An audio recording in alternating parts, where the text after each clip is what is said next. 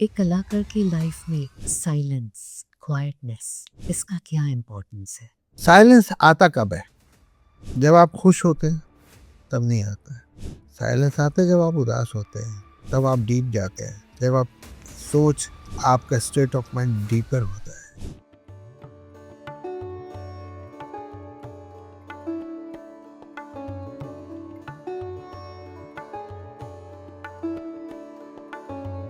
You not just stick to classical music. अगर आप music को प्यार करते हैं तो म्यूजिक किसी भी शक्ल में आएगा, अच्छा है तो आपको पसंद ही आएगा और आप उस पर रिएक्ट करोगे, आप पे असर भी करेगा। और ये हर इंसान, हर कलाकार अपने तरीके से सोचता ही है, क्योंकि राजा महाराजा म्यूजिशियंस को सपोर्ट करते थे, वहाँ भी ये हुआ, उसके बाद ये बाहर आया। म्यूजिक जो है वो रूहानी चीज, स्पिरिचुअल चीज को जोड़ने का बहुत बड़ा, बहुत ही अच्छा और बहुत सीधा माध्यम है। आपने अपने खुद का रियाज डेवलप कैसे किया? इसी तरीके से जो मैंने सीखा उसमें मुझे बाद में लगा कि ऐसे नहीं, ऐसे भी हो सकता है। दूसरी बात आपने कही थी कि बाउंड्री के बाहर जाके करने के लिए, मुझे नहीं लगता कि बाउंड्री के बाहर जाने की जरूरत है, बल्कि बाउंड्री को एक्सटेंड करने की। Love that music in any form. अगर आप बिजनेस करने जाते हैं, आप सक्सेसफुल जब ही हो सकते हैं कि बिजनेस के दोनों पहलुओं को बराबर समझें। बड़े बड़े नाम, और उन्होंने मुझे एडवाइस किया कोई भी स्टेज पे जाता ही नहीं था अंटिल बहुत हाई नहीं थे, या तो ड्रिंक्स या ड्रग्स पे। जिसमें से ईगो जो चीज़ है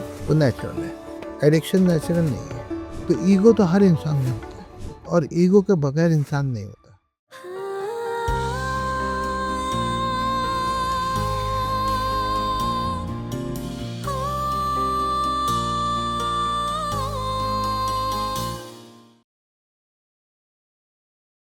welcome to the creativity dialogues. आज के गेस्ट सिर्फ एक सितार माइस्ट्रो नहीं है, वो एक जिंदा परंपरा है जो सदियों पुरानी हिंदुस्तानी क्लासिकल म्यूजिक की विरासत को आज के समय से जोड़ते हैं। उनकी म्यूजिक सिर्फ सुर और लय का प्रदर्शन नहीं होती, वो सांस लेती है, सवाल करती है, रुकती है और फिर नए रास्ते खोलती है। चाहे वो भारत के क्लासिकल मंचों पर हो या क्लासिकल कोलैबोरेशंस में, उनका सितार हमेशा एक जीती जागती कॉन्वर्सेशन लगता है। आज के समय में जहां हम स्पीड, टेक्निक और इंस्टेंट सक्सेस के पीछे भागते हैं, उस्ताद शाहिद परवेज हमें याद दिलाते हैं कि क्रिएटिविटी का असली मतलब है रियाज, समर्पण और सुनना। राग को सुनना, खुद को सुनना और वक्त को सुनना। इस एपिसोड ऑफ क्रिएटिविटी डायलॉग्स में हम परफॉर्मेंस से आगे जाकर बात करेंगे, परंपरा और आजादी, डिसिप्लिन और स्पॉन्टेनिटी, और उस अंदर की यात्रा के बारे में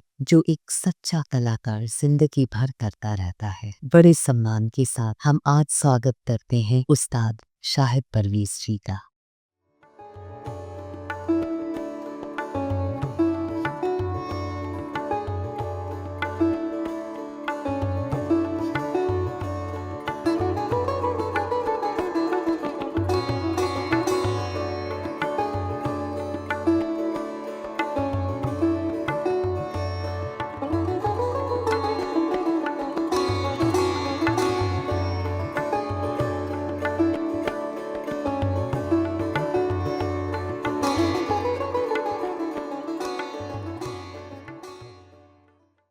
अ very very warm welcome Shahid जी।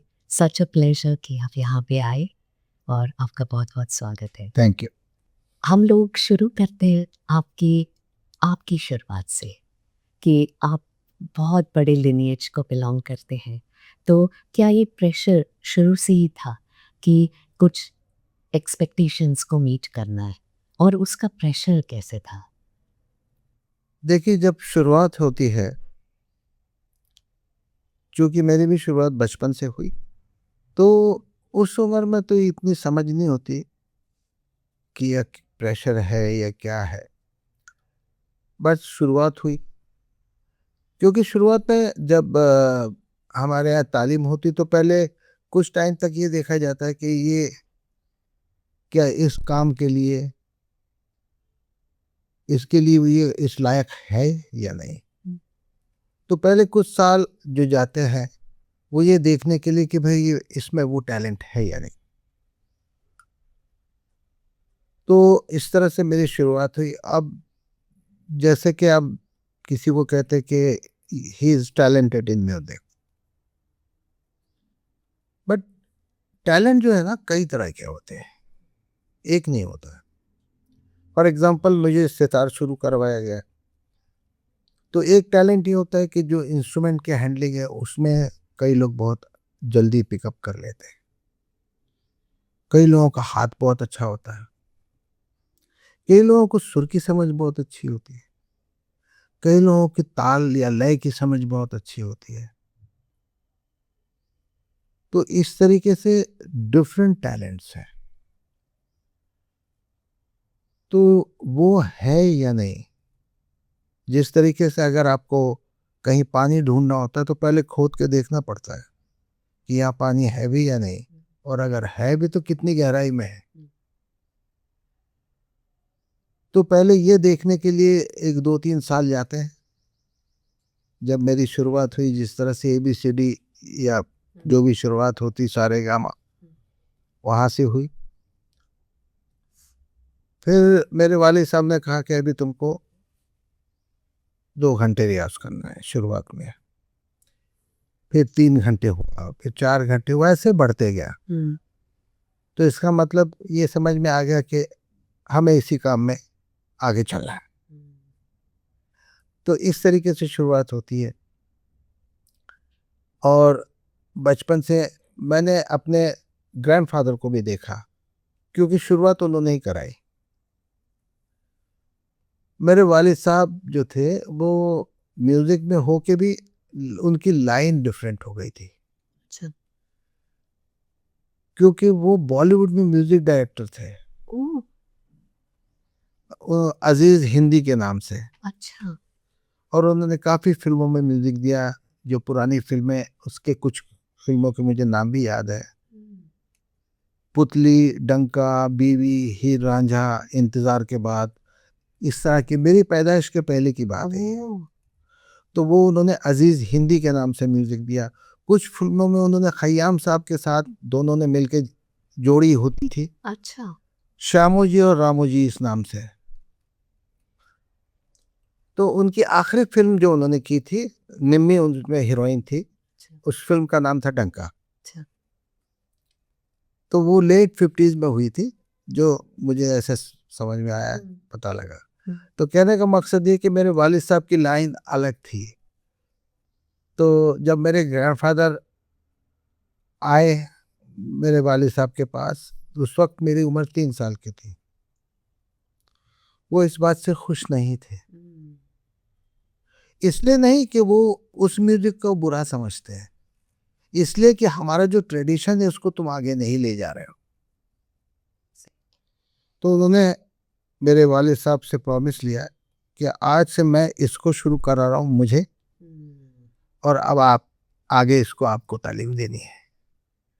तो मेरे ग्रैंडफादर ने जब मैं 3 साल का था तो अपनी गोद में बिठा के गाने से शुरू किया। तो म्यूज़िक ट्रेडिशन में ऐसा होता है कि आपको कोई भी चीज़ सीखनी हो, गाना सीखना हो तो कोई बात ही नहीं है, लेकिन गाने के अलावा अगर कुछ आप म्यूज़िक में करना है तो आपको गाना सीखना ही पड़ेगा।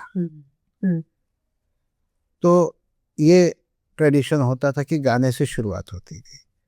तो मेरे ग्रैंडफादर ने मुझे गाने से शुरुआत करवाई और अपने मेरे फादर से कहा कि अब इसको आगे ले जाना है, तुमने जो अब तक किया मैंने कुछ नहीं कहा, लेकिन अब तुमको ये सब छोड़ के इसको करवाना है। तो मेरे वालिद साहब ने फिर वो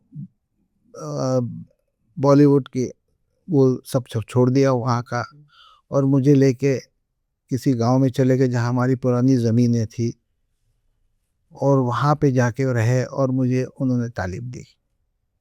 तो इस तरीके से इसकी शुरुआत हुई। अब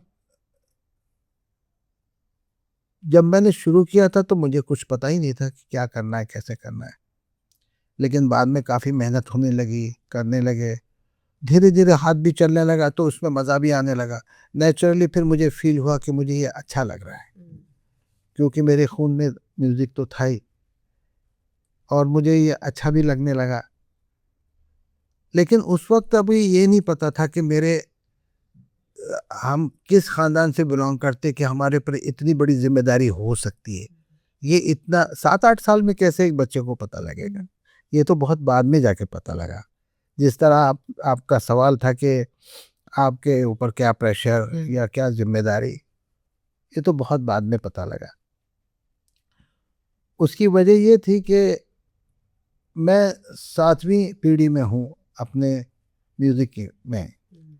तो हमारी शुरुआत हुई सरोजन सिंह, उसके बाद तुराब खां साहब, साहेबजाद खां साहब, इमदाद खां साहब। इमदाद खां साहब के 2 बेटे थे, एक मेरे दादा वहीद खां साहब और इनायत खां साहब, जुलैद खां साहब के वालिद। अच्छा। फिर मेरे फादर और मैं। तो चूंकि मेरे फादर तो क्लासिकल में उन्होंने कंटिन्यू नहीं किया था और बॉलीवुड में चले गए थे, वरना हर पीढ़ी में ये बड़ा मतलब ऐसा बड़ा रेयर होता है कि हर जनरेशन में सिर्फ उन्होंने बजाया नहीं बल्कि अपने टाइम के बेस्ट थे। तो जब ये मुझे पता लगा तो नेचुरली बहुत बड़ी जिम्मेदारी है। मुझे नहीं पता था कि मैं कितना इसको निभा पाऊंगा या नहीं। तो फिर पढ़ाई और ये आपने एक साथ रखा या आपके लिए ये ही फोकस नहीं, था? पढ़ाई भी साथ में की। पढ़ाई भी जी जी। लेकिन मेरे वालिद साहब ने मुझे बहुत लिमिटेड टाइम दिया था पढ़ाई के लिए। बाकी टाइम आपको ये रियाज करना है। उनका ये मानना था कि अगर आप, उनकी सोच थी कि अगर आप पढ़ाई नहीं कर सकते आप कुछ नहीं कर सकते थे, क्योंकि वो कहते थे कि पढ़ाई से आसान कुछ नहीं, अगर आप पढ़ते तो आप कभी भी फेल नहीं हो सकते। ये बात तो सच है। तो पढ़ाई के लिए लिमिटेड 1-2 घंटे का टाइम होता था, बाकी टाइम मुझे ये करना है। और उनकी शर्त थी कि आप पढ़ाई में अव्वल आना है, फर्स्ट आना है। क्योंकि उनकी सोच ये थी कि अगर आप 30-35 बच्चों में पहला नहीं आ सकते तो हिंदुस्तान में कैसे बनोगे।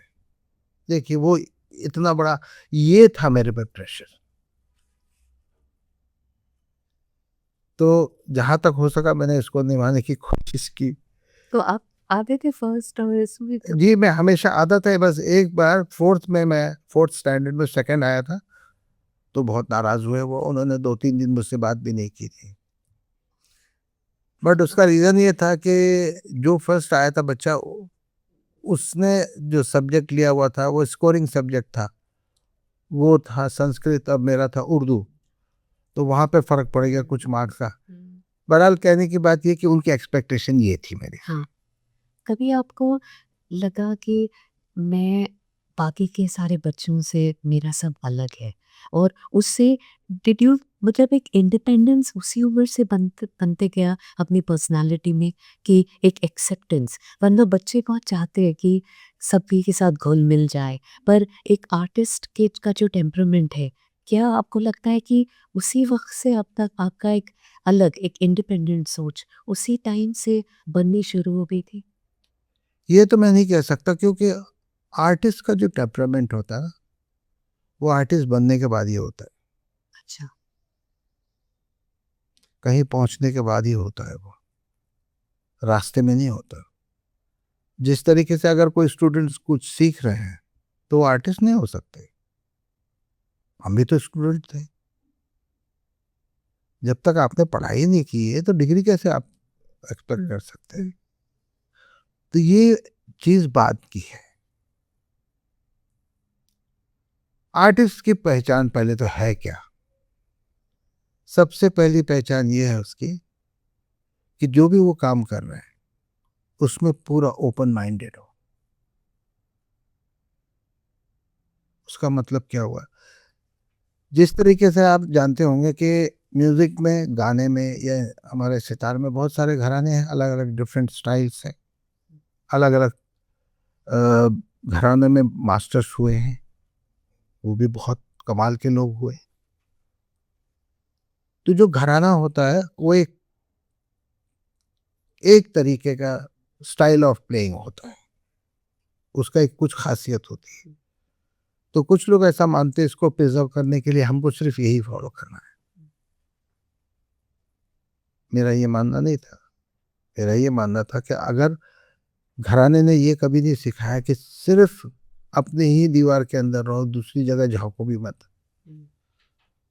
घराने का मतलब होता है कि हमारी चीज को तो हम रख ही रहे हैं, और क्या क्या बाहर है और क्या क्या हम नया सीख सकते हैं, उसको लेके अपने घराने में शामिल करें उसको।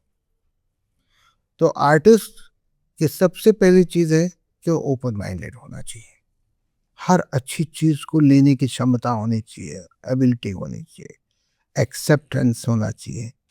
कुछ अच्छा है तो उसको मानना चाहिए और कहना चाहिए उसको। और दूसरी चीज़ है कि जो आर्टिस्ट होता है, जो कंप्लीट जिसका एक आप कहते हैं ना टेम्परामेंट हो जाता है, उसकी एक खासियत ये होती है कि वो हमेशा सीखता रहता है और सीखने के लिए तैयार रहता है।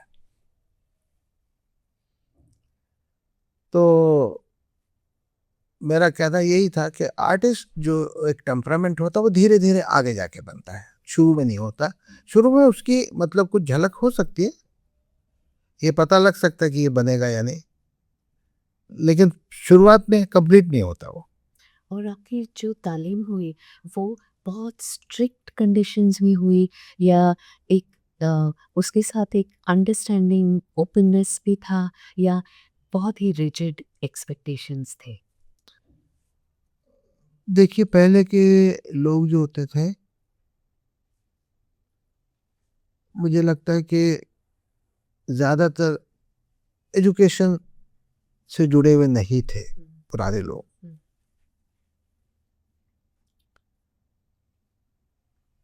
लेकिन चूंकि कलाकार थे तो ओपन माइंडेड भी थे, लेकिन ट्रेडिशनल होने की वजह से काफ़ी स्ट्रिक्ट और रिजिड भी थे। क्योंकि पहले ही अगर हम फ्रीडम दे देंगे तो एक कायदे कानून के दायरे में आप रहना मुश्किल हो जाएगा, ऐसे उनकी सोच थी। लिहाजा मेरा भी इसी तरह हुआ कि मेरे वालिद साहब भी थोड़े काफ़ी स्ट्रिक्ट थे कि ये आपको करना है तो करना है। क्योंकि प्रैक्टिस या रियाज जो होता है वो सिर्फ प्रैक्टिस और रियाज को रियाज वो लोग मानते नहीं थे। प्रैक्टिस और रियाज को जब वो मानते थे जब उसमें डिसिप्लिन शामिल हो। तो इसका क्या मतलब हुआ, आज 2 घंटा बजाए कल वक्त नहीं मिला फिर परसों 6 घंटा बजा लिया, वैसे नहीं। एक जैसा डिसिप्लिन, करना है तो करना ही है। तो स्ट्रिक्ट तो थे, काफ़ी हद तक रिजिड भी थे। पर इससे आपके मन में कोई नेगेटिविटी नहीं आई दैट ये मुझ पे, मतलब ये मुझे कंपल्सरी करना ही पड़ रहा है? कभी-कभी लोग उससे मतलब उससे फिर उनको लगता है नहीं मुझे अच्छा ही नहीं लगता, पर वो वैसा आपके साथ नहीं हुआ? मुझे ये नहीं हुआ कि मुझे अच्छा नहीं लग रहा है, लेकिन ये महसूस होता था कि काफ़ी सख्ती हो रही है, ये तो महसूस वो होता था। अवेयरनेस था। यस। आपने अपनी खुद का रियाज़ डेवलप कैसे किया? एक तो था कि जो आपको ट्रेडिशनली जो एक सेट ऑफ रूल्स मिले, पर आपके लिए रियाज़ अम, डेवलप खुद का आपने कैसे किया? जो एक मतलब बियॉन्ड बाउंड्रीज़ कि जो एक टिपिकल जो आपने सीखा था, या I would also be interested कि ये आपके लिए इम्प्रोवाइज़िंग अपने आप से, ये कब आपको लगा कि अभी I can just take off, I can break rules? देखिए पहला सवाल तो ऐसा है कि आपने जैसा पूछा कि आपने अलग कैसे किया। जब भी कोई म्यूज़िक सीखते हैं, जो भी लोग सीखते हैं, तो वो जो सीख रहे हैं, वो ये सीख रहे हैं कि म्यूज़िक को कैसे म्यूज़िक को प्रोड्यूस करना है, म्यूज़िक कैसे होगा, कैसे बनेगा। जब वो सीख लेते हैं और उस चीज़ को समझ लेते हैं और उनकी समझ उसमें शामिल होती, तो वो खुद का एक निकलता ही है। देखिए सबका ही अपना एक अलग होता, अलग करने की ज़रूरत नहीं है, इसलिए कि हर इंसान अलग है, उसकी सोच अलग है। तो इसी तरीके से जो मैंने सीखा, उसमें मुझे बाद में लगा कि ऐसे नहीं ऐसे भी हो सकता है। दूसरी बात आपने कही थी कि बाउंड्री के बाहर जाके करने के लिए, मुझे नहीं लगता कि बाउंड्री के बाहर जाने की ज़रूरत है, बल्कि बाउंड्री को एक्सटेंड करने की ज़रूरत है। बाउंड्री के बाहर जाने की कोई ज़रूरत नहीं है। बाउंड्री में रह के ही उसकी को बढ़ा सकते हैं, नई-नई चीज़ ला सकते हैं, क्योंकि आर्ट में अगर चेंजेस नहीं आते, तो फिर वो आर्ट ज़िंदा नहीं रहता। चेंजेस का मतलब not at the cost of tradition और music. But even then, if you follow music, if you follow the tradition, it is possible to extend your boundaries. You need not go out of the boundary.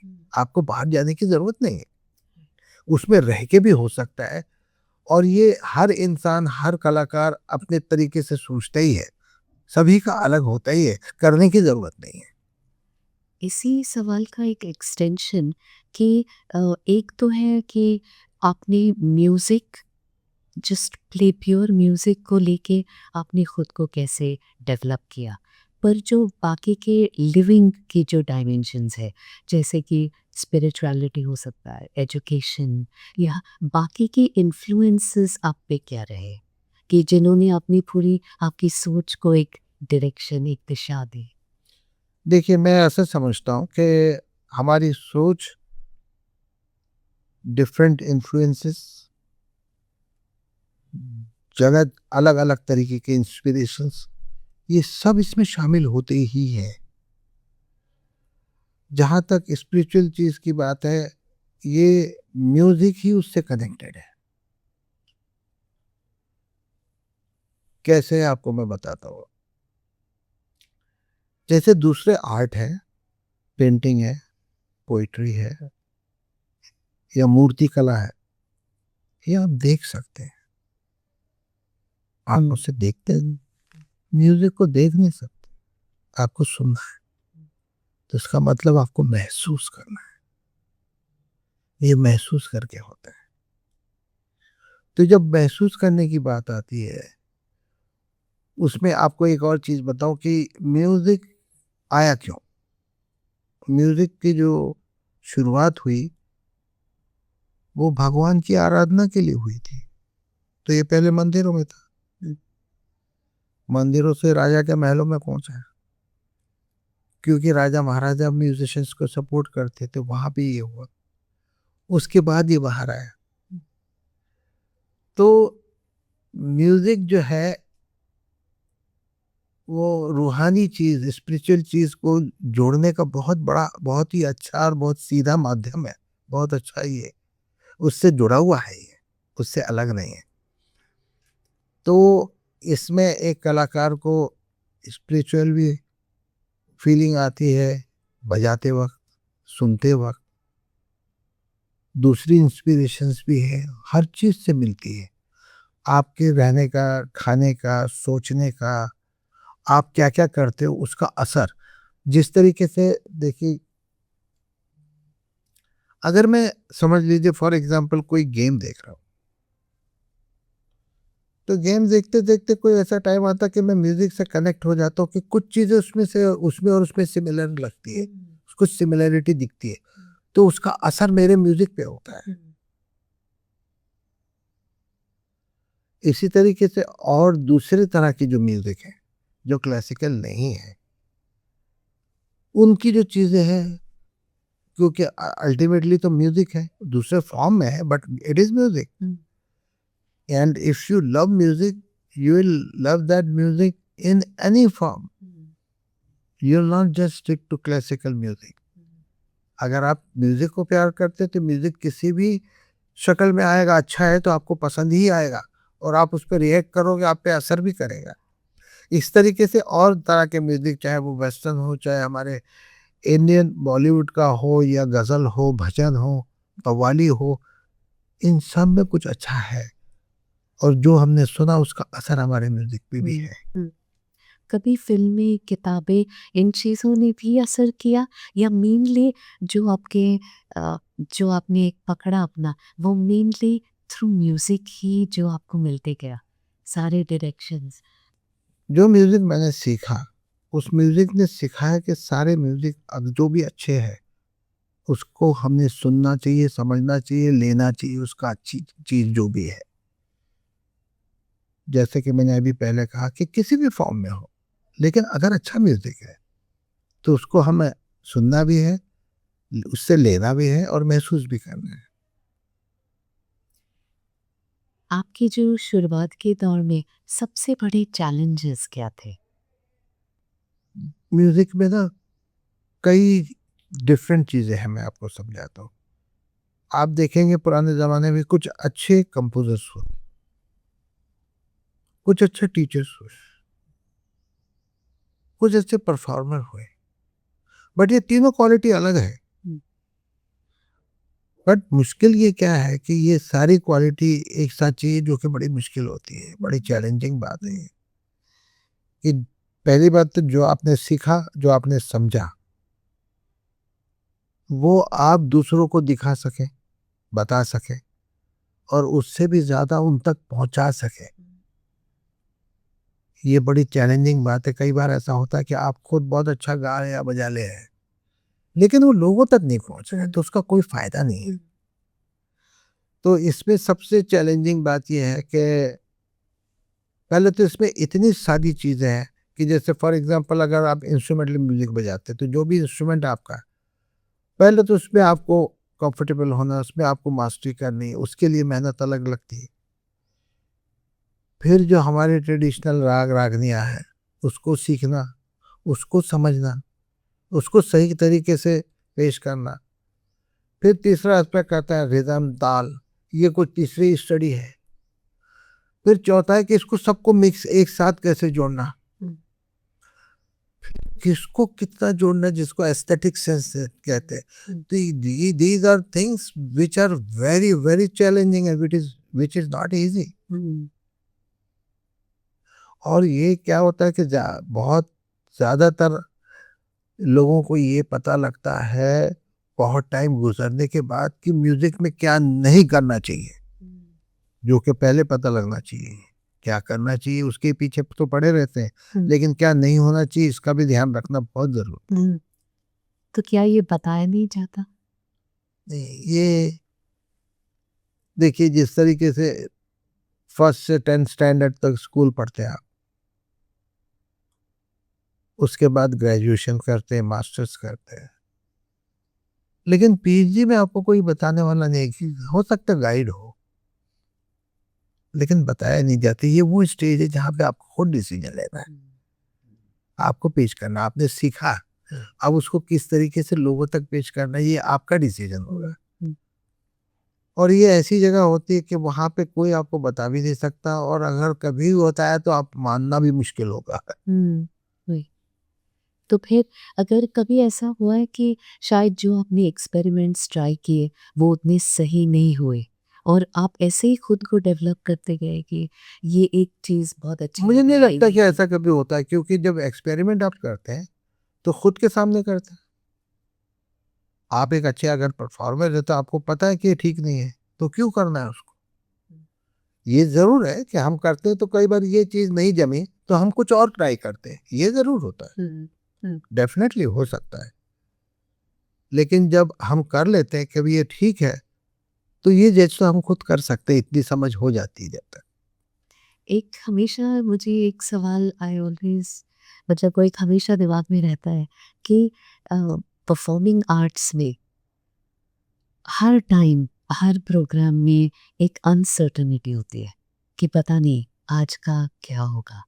तो जिस दिन performance बहुत अच्छी होती है उस दिन वो दिन दैट्स ग्रेट, पर वो क्या एक माइंडसेट होता है जिस दिन फॉर किसी भी रीज़न से अगर कॉन्सर्ट उतना अच्छा नहीं जाता, तो फिर आप खुद को कैसे मोटिवेट करते हो कि ये एक this is the it's okay, मतलब अभी तो आप माहिर ही है इसमें, पर ऐसे ये कैसे आप हैंडल करते हो कि जो लोग बहुत निराश हो जाते हैं अगर किसी दिन नहीं ठीक से होता, या ये हमेशा का उतार चढ़ाव, ये एक अलग टाइप की एक मजबूती चाहिए उसको हैंडल करने के लिए, तो वो अच्छा सवाल किया आपने। अगर आप बिजनेस करने जाते हैं तो आप सक्सेसफुल जब ही हो सकते हैं कि बिजनेस के दोनों पहलुओं को बराबर समझें। बिजनेस को सिर्फ प्रॉफिट समझ के जाएंगे तो गलती हो जाएगी, लॉस भी उतना ही बड़ा एक सच्चाई है। सही है ना। अब जाता, आपने परफॉर्मेंस की बात की, ये काफी चीजों पर डिपेंड करती है। सबसे पहले ऑडियंस, वहाँ का माहौल। फिर कई बार एक अपनी स्टेट ऑफ माइंड भी होता है। एक इंसान है, 24 घंटे परफेक्ट तो नहीं रह सकता, कभी खुश रह सकता है, कभी नहीं खुश रह सकता है, कभी बीच का भी हो सकता है। अनसर्टेनिटी रहती है ये सब चीज़ों। लेकिन कभी क्या होता है कि चूंकि हमारा जो म्यूजिक है इंस्पिरेशन वाला म्यूजिक है, इसीलिए हम जैसे टाइम से इंस्पायर होते हैं, जगह से इंस्पायर होते हैं, लोगों से इंस्पायर होते हैं, फिर इवन साउंड सिस्टम भी अच्छा है उससे भी इंस्पायर होते हैं, फिर हमारा जो अकम्पनिस्ट है वो भी अच्छा है। सारी चीज़ें एक साथ जुड़ने से फिर वो बात अलग बन जाती है। एक स्टेज एक लेवल पे पहुंचने के बाद ये ज़रूर हो सकता है कि आपका परफॉर्मेंस ख़राब नहीं होगा, बट ये पॉसिबल नहीं है कि आप जैसा चाहते हो कि द बेस्ट हर वक्त ऐसा। उसके लिए सारी चीज़ें एक साथ जुड़ के आनी चाहिए। देखिए कई फिल्में हिट होती है तो इसलिए भी हो जाती है कि बहुत अच्छी स्टोरी थी उसकी। कई बार इसलिए हिट हो जाया करती थी कि उसकी म्यूजिक बहुत अच्छा था। आपने देखा भी होगा ऐसा। कई बार इसलिए अच्छी हो जाती हिट हो जाती थी कि उनकी एक्टिंग बहुत अच्छी थी, लोगों को पसंद आई। लेकिन कभी कभी ऐसा भी होता है कि उस मूवी में स्टोरी भी अच्छी थी, डायरेक्शन भी अच्छा था, म्यूजिक भी बहुत बेहतरीन था, एक्टिंग भी थी, डायलॉग्स भी अच्छे थे, सारे कॉम्बिनेशन लाजवाब थे। जिस तरह से एक एग्जांपल मुगल आजम का है, तो ऐसा भी होता है। हम्म।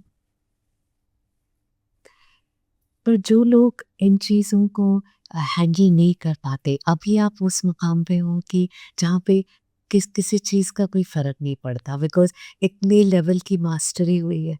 पर जो लोग अभी इस जर्नी पे हैं, जो बहुत जो झेल नहीं पाते, तो उनके लिए क्या आपकी कोई राय है कि खुद को मज़बूत कैसे किया जाए? क्योंकि आई थिंक कि आपके पास बहुत, क्योंकि फैमिली से था, तो ये सारी चीज़ें मज़बूती के लिए ये इतने फाउंडेशन इतना ज़्यादा स्ट्रॉन्ग था, मतलब मेहनत जो करवाई गई हर लिहाज से, पर ज़्यादातर ये कॉमन इंसान को नहीं मिलता। उनको बहुत मुश्किल होती है, बाहर जाके तालीम लो और इतनी चीज़ें छूट जाती है। देखिए ये जो होता है ना कि कभी कॉन्सर्ट अच्छा हुआ, कभी ठीक हुआ, कभी खराब हो गया, कभी बहुत अच्छा हुआ, ये एक जर्नी है जिससे सभी को गुजरना है।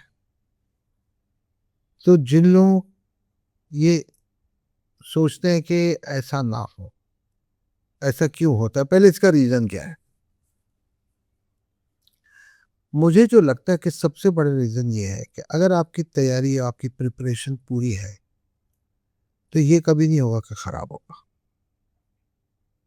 जैसा मैंने आपको पहले वाले सवाल के जवाब में बताया था कि एक जगह पहुंचने के बाद खराब तो नहीं हो सकता, आपकी बात तो बन जाएगी, लोगों तक भी पहुंच जाएगा। सिर्फ आप जज करोगे कि ये वाला इतना मजा नहीं आया मुझे, लोगों को नहीं पता लगेगा।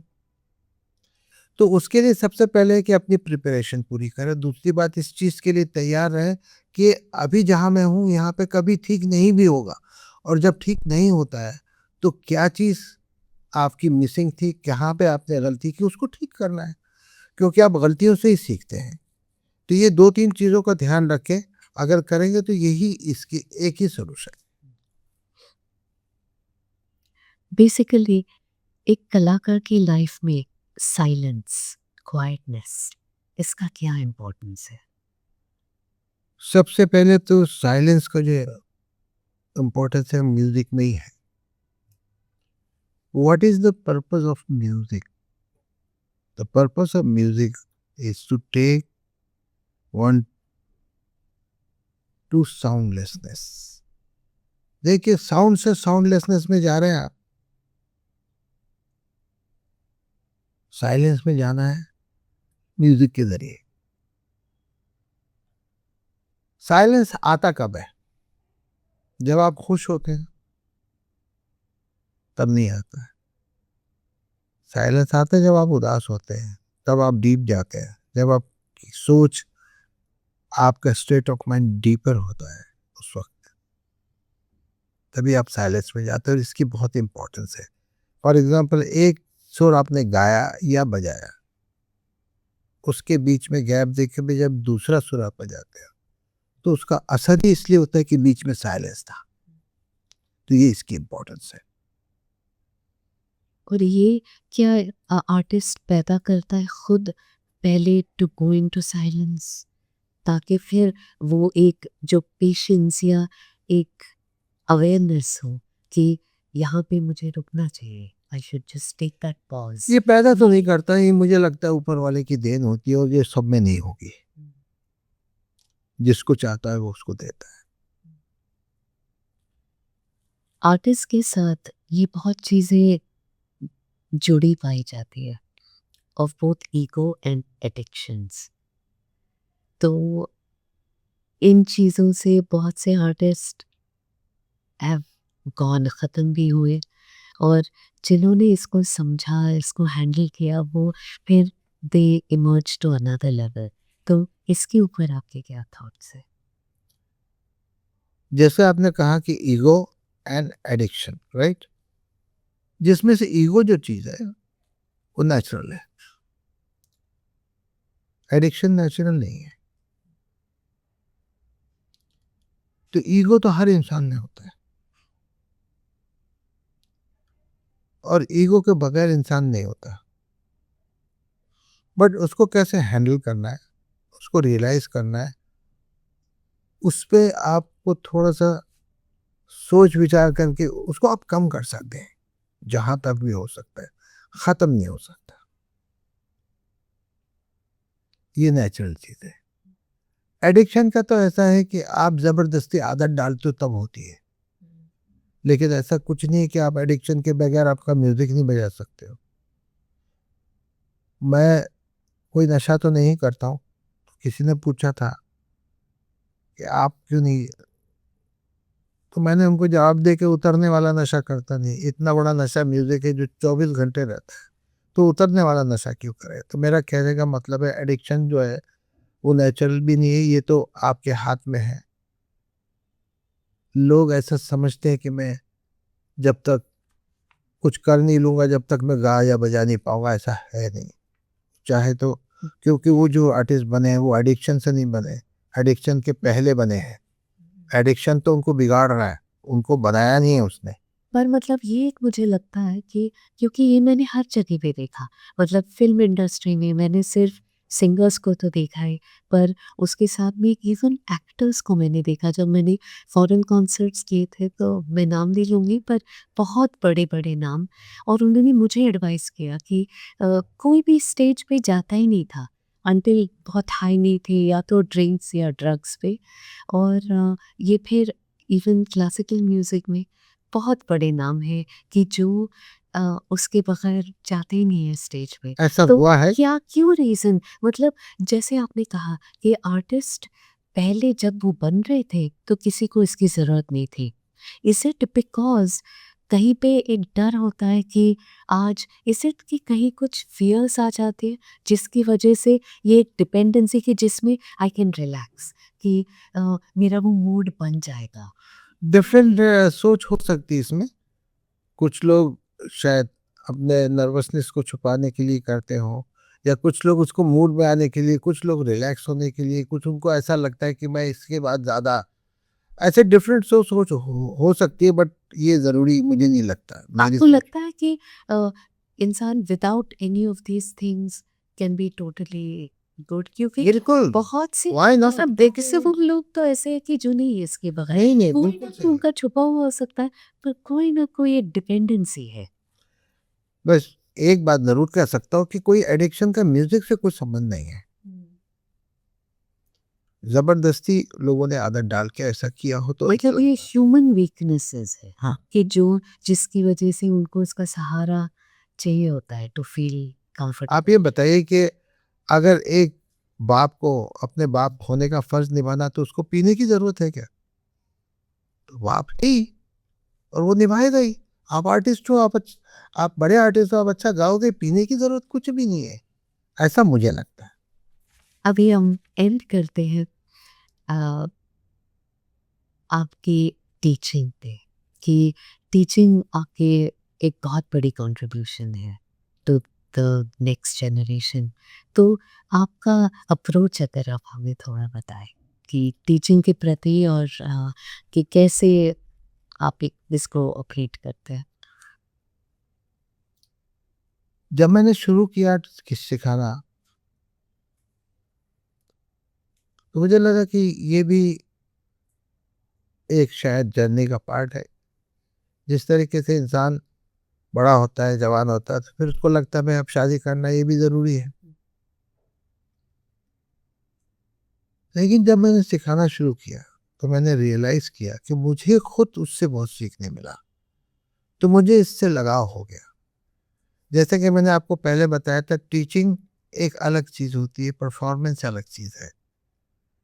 लेकिन टीचिंग ज़बरदस्ती नहीं होती। कई आर्टिस्ट को शौक नहीं होता सिखाने का, वो नहीं सिखाते हैं। लेकिन मुझे है, मुझे पसंद है, मैं पसंद करता हूँ। इसलिए मेरी एकेडमी भी है, एसपीके एकेडमी यूएस में, फिनिक्स में है, और उसमें काफ़ी स्टूडेंट्स हैं। मैं बहुत रेगुलरली सिखाता हूँ, और मैंने कोशिश की है कि जो हमारा पुराना गुरु शिष्य वाला परंपरा है उसको कायम रखने की। Obviously not exactly like it was before, there are some changes because of time, and अभी दौर भी अलग अलग है। बिल्कुल। लेकिन उसका जो एसेंस है उसको कायम रखने की कोशिश की है। जैसे कि पहले गुरु शिष्य परंपरा में लोग अपने गुरु के साथ रहते थे, सिर्फ सीखते वक्त नहीं, उनके साथ टाइम बिताते कि तो वो कैसे खाते हैं, कैसे सोते हैं और क्या करते हैं, उनको ऑब्जर्व करते थे।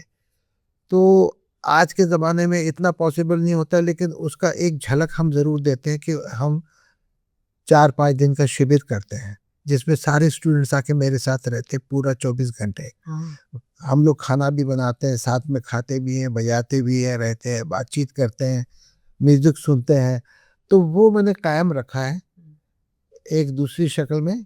लेकिन ये मुझे लगता है कि अगर ये आर्ट सीखना है तो उसमें पुराना तरीके को, उसके एसेंस को नहीं मरने देना चाहिए।